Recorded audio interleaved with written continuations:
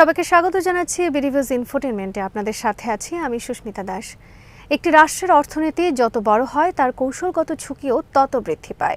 বঙ্গোপসাগর, ভারত মহাসাগরীয় বাণিজ্য পথ, সাবমেরিন কেবল, জ্বালানি নিরাপত্তা এবং আঞ্চলিক শক্তির প্রতিযোগিতার কেন্দ্রে অবস্থান করার কারণে বাংলাদেশের সামরিক সক্ষমতা আর শুধু প্রতীকী পর্যায়ে রাখার সুযোগ নেই। বিশেষ করে নৌবাহিনী ও বিমান প্রতিরক্ষা ব্যবস্থাকে আধুনিক করার যে উদ্যোগ বর্তমান সরকার নিয়েছে তা মূলত একটি পরিবর্তিত ভূরাজনৈতিক বাস্তবতার প্রতিফলন। বাংলাদেশের আকাশ প্রতিরক্ষা শক্তিশালী করতে হাত বাড়িয়েছে চীন, পাকিস্তান। আরও বিস্তারিত থাকছে ওয়াহিদ ফারুকীর প্রতিবেদনে।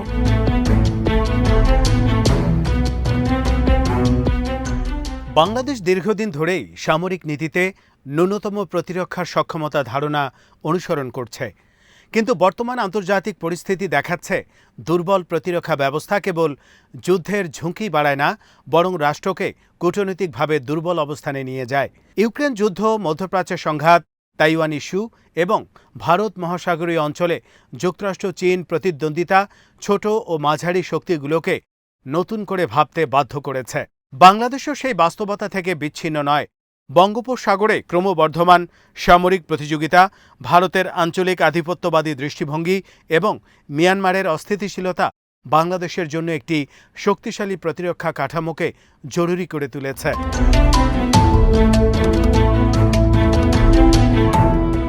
এই প্রেক্ষাপটে বাংলাদেশ নৌবাহিনীকে ঢেলে সাজানোর পরিকল্পনা অত্যন্ত তাৎপর্যপূর্ণ, কারণ ভবিষ্যতের সংঘাত কেবল স্থল সীমান্তে সীমাবদ্ধ থাকবে না, বরং সমুদ্র হবে অর্থনীতি ও নিরাপত্তার মূল কেন্দ্র।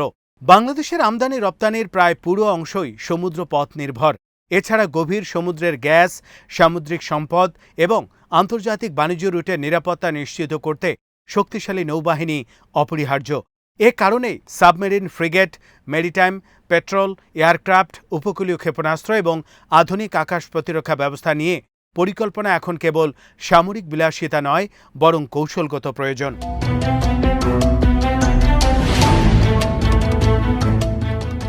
বাংলাদেশের প্রতিরক্ষা আধুনিকায়নের ক্ষেত্রে পাকিস্তানের সহায়তা বিশেষ গুরুত্ব পাচ্ছে। বহু বছর ধরে ঢাকা ইসলামাবাদ সম্পর্ক রাজনৈতিক কারণে সীমিত পর্যায়ে থাকলেও এখন উভয় দেশ বাস্তববাদী কৌশলের দিকে ঝুঁকছে। পাকিস্তান বিমান বাহিনীর পক্ষ থেকে বাংলাদেশকে JF-17 সিমুলেটর প্রযুক্তি উপহার দেয়া নিছক প্রতীকী ঘটনা নয়, বরং এটি সামরিক সহযোগিতার গভীরতর সম্ভাবনার ইঙ্গিত। পাকিস্তান ও চীনের যৌথ উদ্যোগে তৈরি JF-17 থান্ডার দক্ষিণ এশিয়ার সামরিক ভারসাম্যে একটি গুরুত্বপূর্ণ প্ল্যাটফর্ম হিসেবে বিবেচিত হচ্ছে। তুলনামূলক কম খরচে আধুনিক radar, beyond visual range missile এবং বহুমুখী যুদ্ধ ক্ষমতা থাকায় এটি বাংলাদেশের জন্য বাস্তবসম্মত বিকল্প হতে পারে।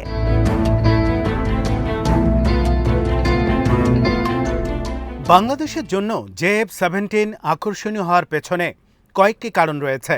প্রথমত, পশ্চিমা যুদ্ধবিমান কেনা অত্যন্ত ব্যয়বহুল এবং সেগুলোর সাথে রাজনৈতিক শর্ত জড়িত থাকে। দ্বিতীয়ত, রাশিয়ান প্ল্যাটফর্ম বর্তমানে ইউক্রেন যুদ্ধের কারণে সরবরাহ ও রক্ষণাবেক্ষণ জটিলতায় ভুগছে। তৃতীয়ত, চীনা ও পাকিস্তানি প্ল্যাটফর্ম তুলনামূলক কম খরচে দ্রুত সরবরাহযোগ্য। এছাড়া বাংলাদেশের বিদ্যমান সামরিক অবকাঠামো চীনা প্রযুক্তির সাথে অধিক সামঞ্জস্যপূর্ণ।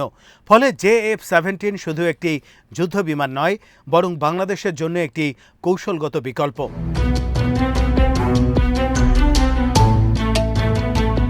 তবে এই পরিবর্তন ভারতের জন্য অস্বস্তির কারণ হয়ে উঠছে।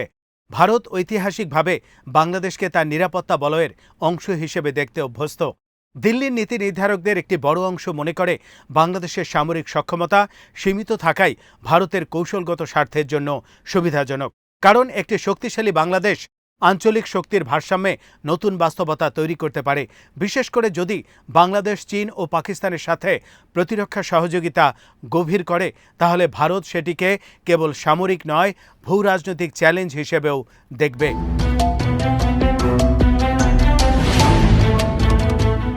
ভারতের উদ্বেগের একটি বড় কারণ হল বঙ্গোপসাগরের কৌশলগত গুরুত্ব। ভারত দীর্ঘদিন ধরে এই অঞ্চলকে তার প্রভাব বলয়ের অংশ হিসেবে ধরে রাখতে চেয়েছে।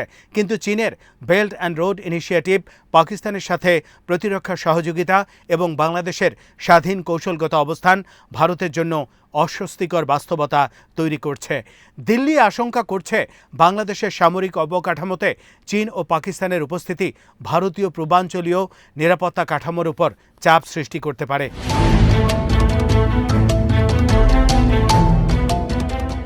ভারত সম্ভবত সরাসরি সামরিক প্রতিক্রিয়ার পথে যাবে না, তবে রাজনৈতিক ও কূটনৈতিক কৌশল ব্যবহার করতে পারে। বাংলাদেশের অভ্যন্তরীণ রাজনীতি, মানবাধিকার ইস্যু, নির্বাচন প্রশ্ন, সীমান্ত উত্তেজনা কিংবা পানি বন্টন ইস্যুকে চাপ সৃষ্টির হাতিয়ার হিসেবে ব্যবহার করার সম্ভাবনা উড়িয়ে দেওয়া যায় না। দক্ষিণ এশিয়ায় ভারতের নীতির একটি বৈশিষ্ট্য হল প্রতিবেশী রাষ্ট্রগুলোর কৌশলগত স্বাধীনতা সীমিত রাখার চেষ্টা। নেপাল, শ্রীলঙ্কা এবং মালদ্বীপের ক্ষেত্রেও এমন প্রবণতা দেখা গেছে। ফলে বাংলাদেশ যখন বহুমুখী প্রতিরক্ষা সম্পর্ক গড়ে তুলতে চাইবে, তখন দিল্লি সেটিকে সন্দেহের চোখে দেখবে, এটাই স্বাভাবিক।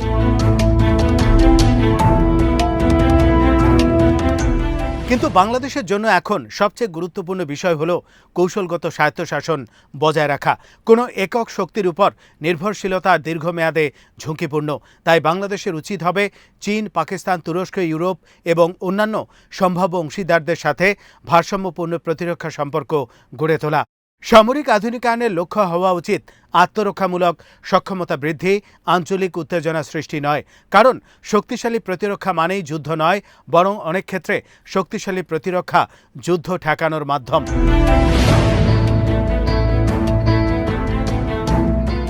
বাংলাদেশের সামরিক আধুনিকায়নের আরেকটি গুরুত্বপূর্ণ দিক হল আকাশ প্রতিরক্ষা ব্যবস্থা।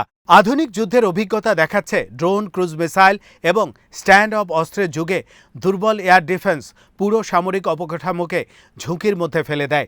ফলে কেবল যুদ্ধবিমান কেনাই যথেষ্ট নয়, সমন্বিত আকাশ প্রতিরক্ষা ব্যবস্থা গড়ে তোলাও জরুরি।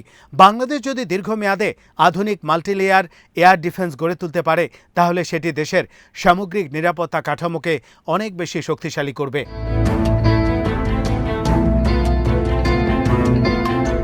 এক্ষেত্রে নৌবাহিনী ও বিমান বাহিনীর সমন্বয় গুরুত্বপূর্ণ। বঙ্গোপসাগরে ভবিষ্যতের প্রতিযোগিতা মূলত সি কন্ট্রোল এবং অ্যান্টি অ্যাক্সেস এরিয়া ডিনায়েল সক্ষমতার উপর নির্ভর করবে, অর্থাৎ শত্রুপক্ষকে নির্দিষ্ট সামুদ্রিক অঞ্চলে প্রবেশে নিরুৎসাহিত করার ক্ষমতা। উপকূলীয় ক্ষেপণাস্ত্র, সাবমেরিন, মেরিটাইম ড্রোন এবং সমন্বিত রাডার নেটওয়ার্ক এই কৌশলের মূল উপাদান। বাংলাদেশের জন্য এই সক্ষমতা তৈরি করা বাস্তববাদী সিদ্ধান্ত। তবে সামরিক আধুনিকায়নের সাথে অর্থনৈতিক সক্ষমতার ভারসাম্যও জরুরি। প্রতিরক্ষা ব্যয় এমন পর্যায়ে নিয়ে যাওয়া উচিত নয় যাতে অর্থনীতি চাপের মুখে পড়ে, বরং প্রযুক্তি স্থানান্তর, যৌথ উৎপাদন এবং স্থানীয় প্রতিরক্ষা শিল্প গড়ে তোলার দিকে মনোযোগ দেওয়া জরুরি। বাংলাদেশ যদি শুধু অস্ত্র ক্রেতা হয়ে থাকে, তাহলে দীর্ঘমেয়াদে নির্ভরশীলতা তৈরি হবে। কিন্তু যদি দেশীয় প্রযুক্তিগত সক্ষমতা বৃদ্ধি করা যায়, তাহলে সামরিক খাত অর্থনৈতিক উন্নয়নের অংশ হয়ে উঠতে পারবে।